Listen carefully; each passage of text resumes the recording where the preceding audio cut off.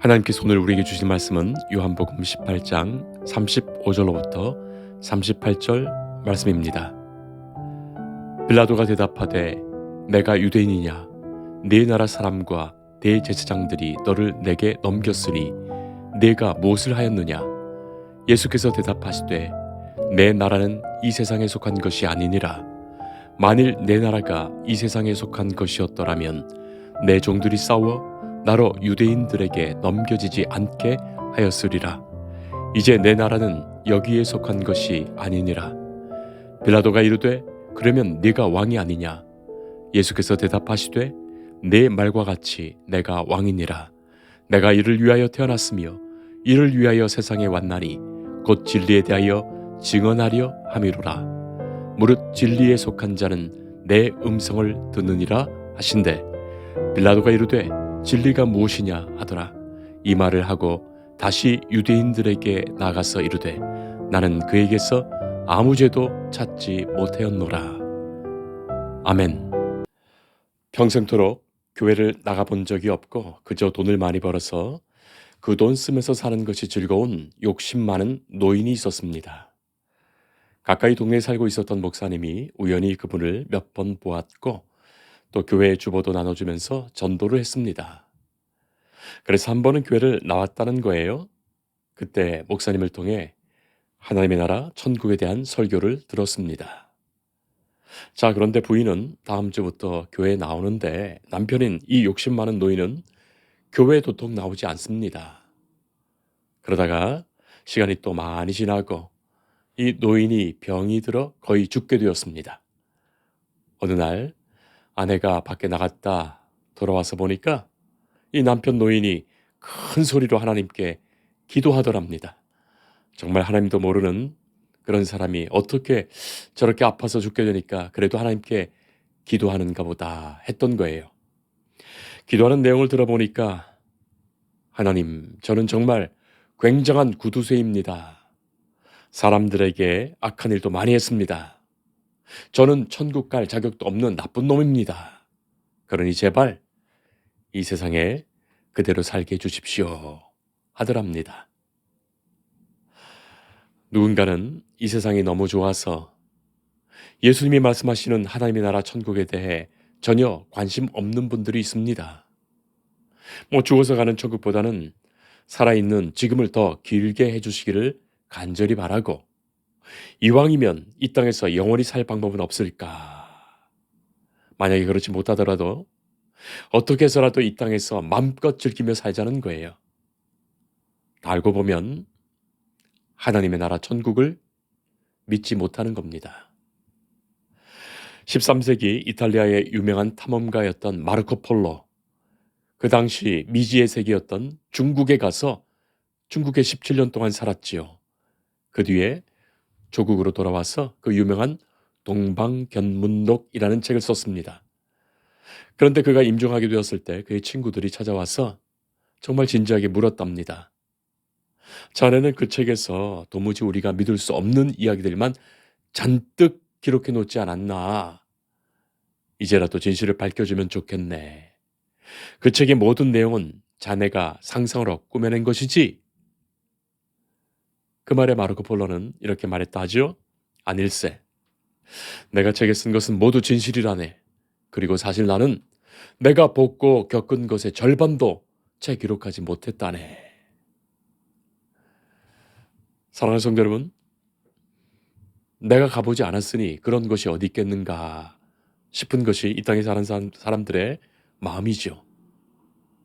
그러나 오늘 말씀을 보면 예수님이 이 땅에 오신 분명한 이유는 저 영원한 천국, 그 나라에 대한 진리의 말씀을 증언하기 위해서다 말씀하십니다.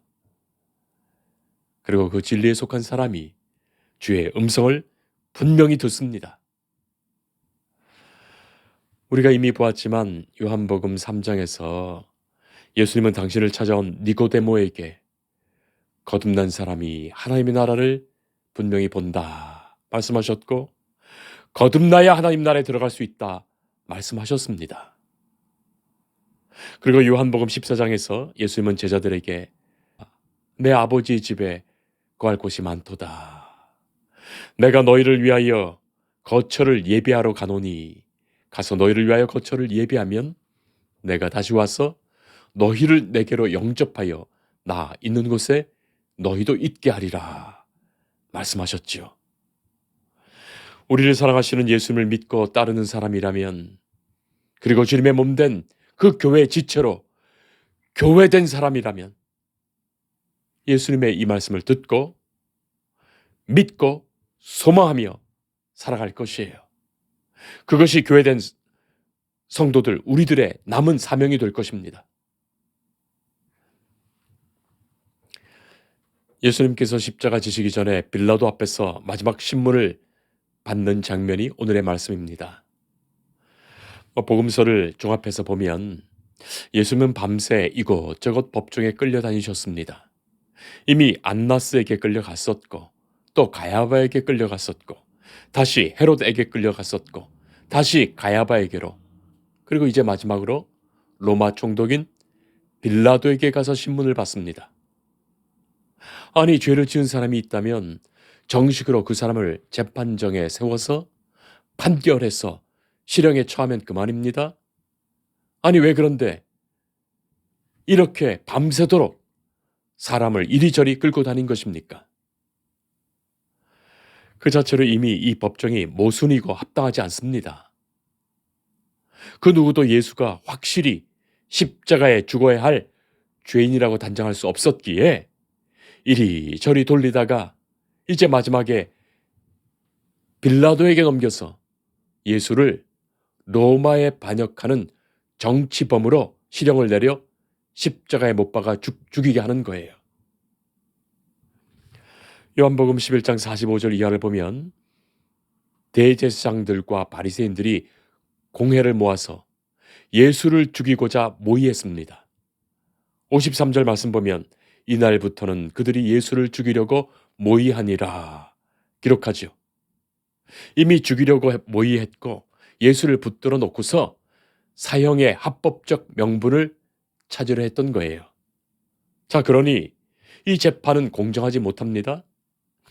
재판을 통해서 시시비비를 가리는 것이 아니라 재판을 통해서 예수를 죽이려는 그 사형을 정당화하려 했던 거예요.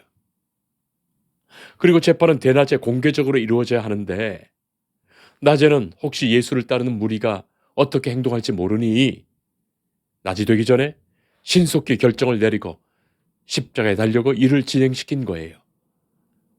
이렇게 악한 일이 벌어진 겁니다. 자, 그런데 여기에 더 가증한 일이 있습니다.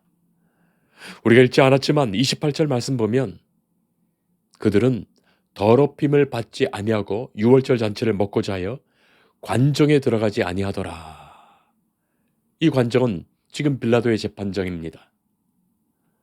이방인 로마인의 재판장이에요. 안식일을 지키며 유월절 잔치에 참여하려면 정결해야 합니다. 그래서 안식일을 준비하며 예수를 죽이고자 하는 이 유대인들이 이방인의 집, 그 재판정에 들어가지 않았던 거예요. 그래서 빌라도가 자꾸 밖으로 나와서 그 사람들과 이야기하는 꼴이 됩니다. 이런 유대 종교 지도자들의 모습을 어떻게 이해해야 되겠습니까? 아니, 지금 하나님의 아들을 죽이려는 엄청난 죄를 하나님 앞에서 짓고 있으면서도 안식일 규례는 지킨다고 이 조그마한 일에서 거룩함을 나타내려고 하니 얼마나 가증스러운 일입니까? 예수님은 많은 표적을 보이시면서 하나님의 말씀을 증거했고 자신이 하나님의 아들임을 나타내 보이셨습니다. 많은 이들은 예수님의 말씀을 듣고 따르고 있습니다.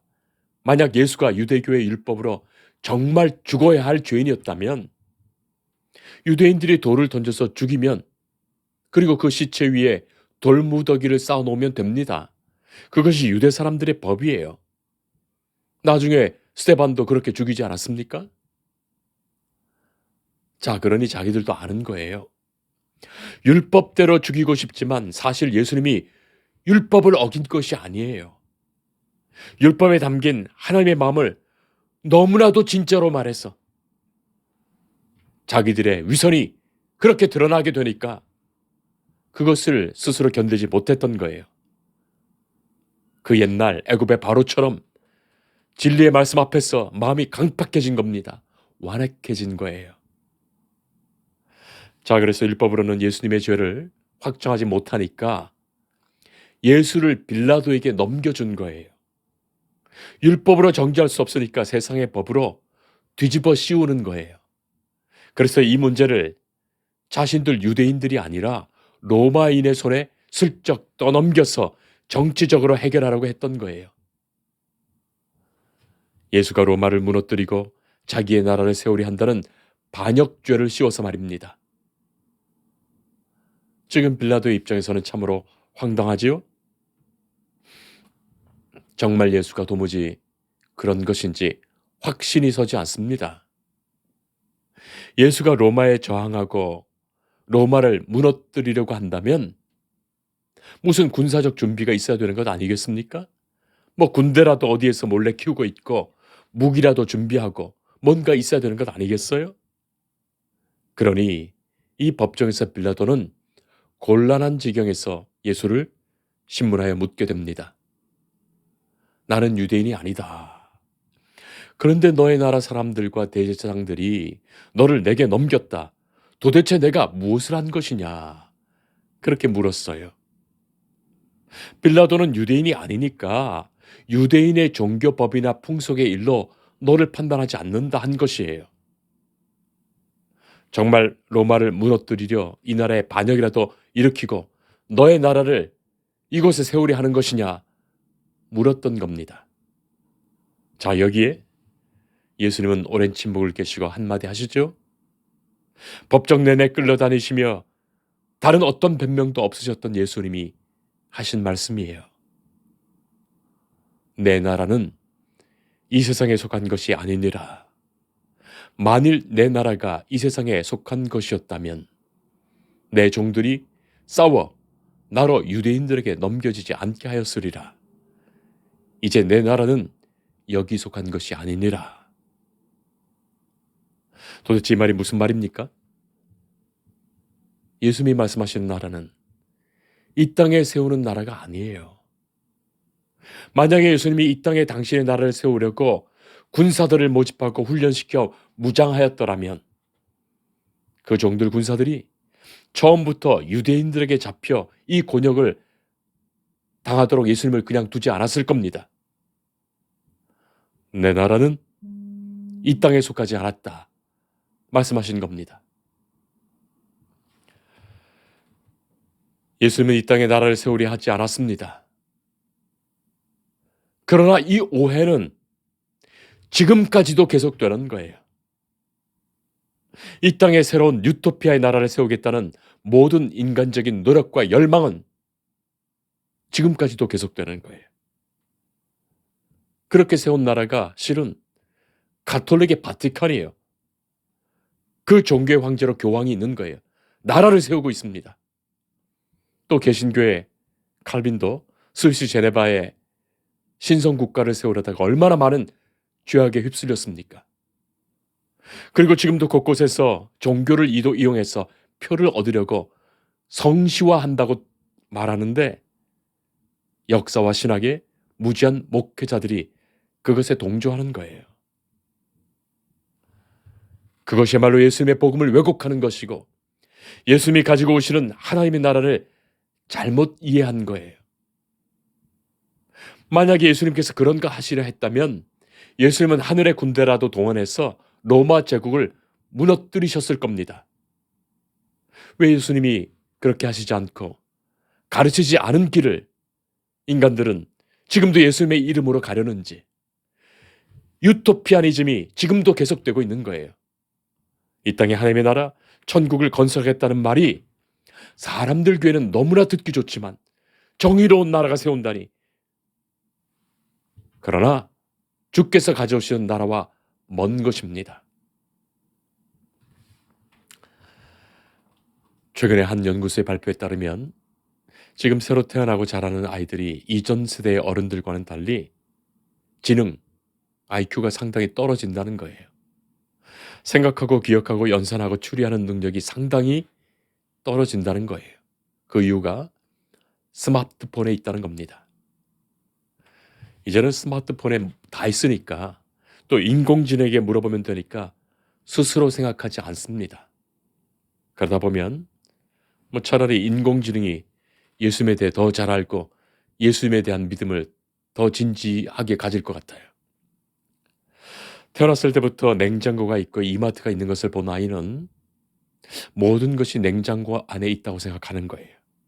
냉장고에 없으면 이마트가 문을 안 열었냐고 말합니다.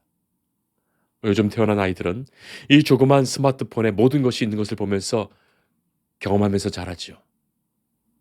사실 저 멀리 지구 반대편에 떨어져 있는 그 사람의 영상이 지금 실시간에 여기에 보이고 내가 하는 말이 그곳의 사람들에게 직접 전달되고 내가 그의 말을 듣고 스마트폰을 쓰는 아이들에게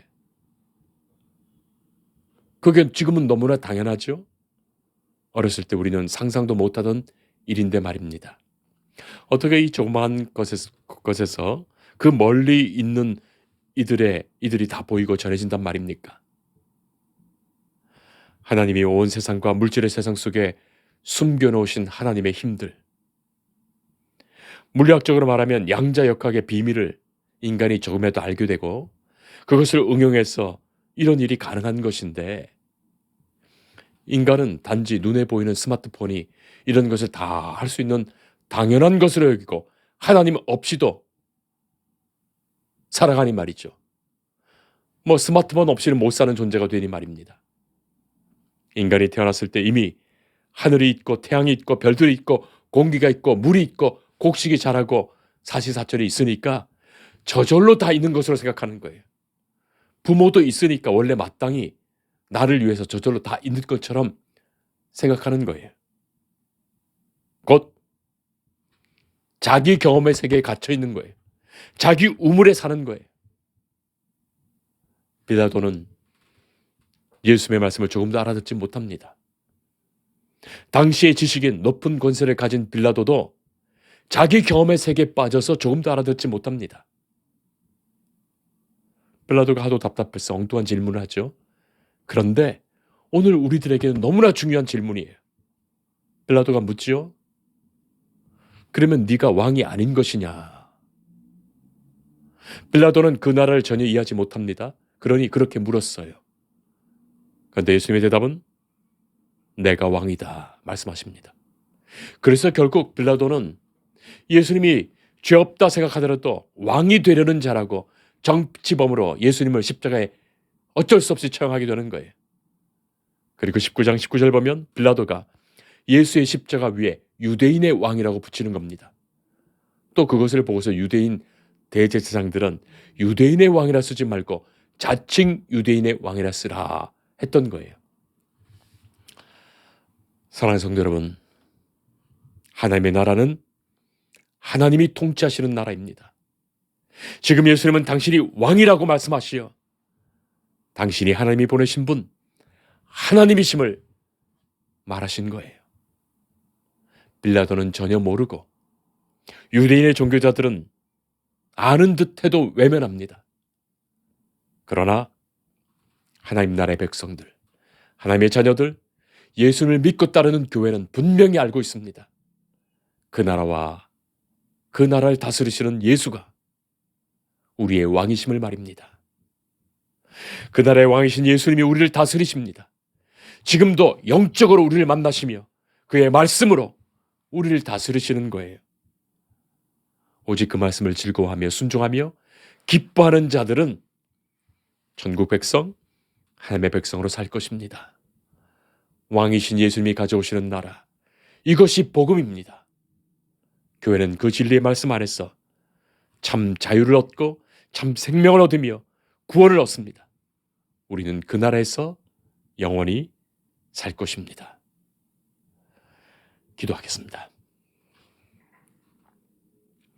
거룩하신 하나님, 전능하신 하나님, 우리를 향하신 하나님의 구원을 기뻐하며 주를 찬송합니다. 창조주 하나님께서 우리를 사랑하시어 독생자 아들을 보내시고 영생을 얻게 하십니다. 그 구원의 기쁜 소식을 우리가 듣고 예수 그리스도를 믿어 주님을 영접하며 주의 말씀으로 이 땅에 살아가게 하십니다. 주님, 우리를 다스리시며 인도하여 주옵소서. 그의 나라와 의를 구하며 살아가는 중에 언젠가 마침내 영원하신 그날에 이르러 주와 함께 살게 하옵소서. 예수님 이름으로 기도합니다. 아멘. 주님을 늘 믿으며 그 손을 의지하고 내 몸과 마음을 바쳐서 끝까지 충성하리.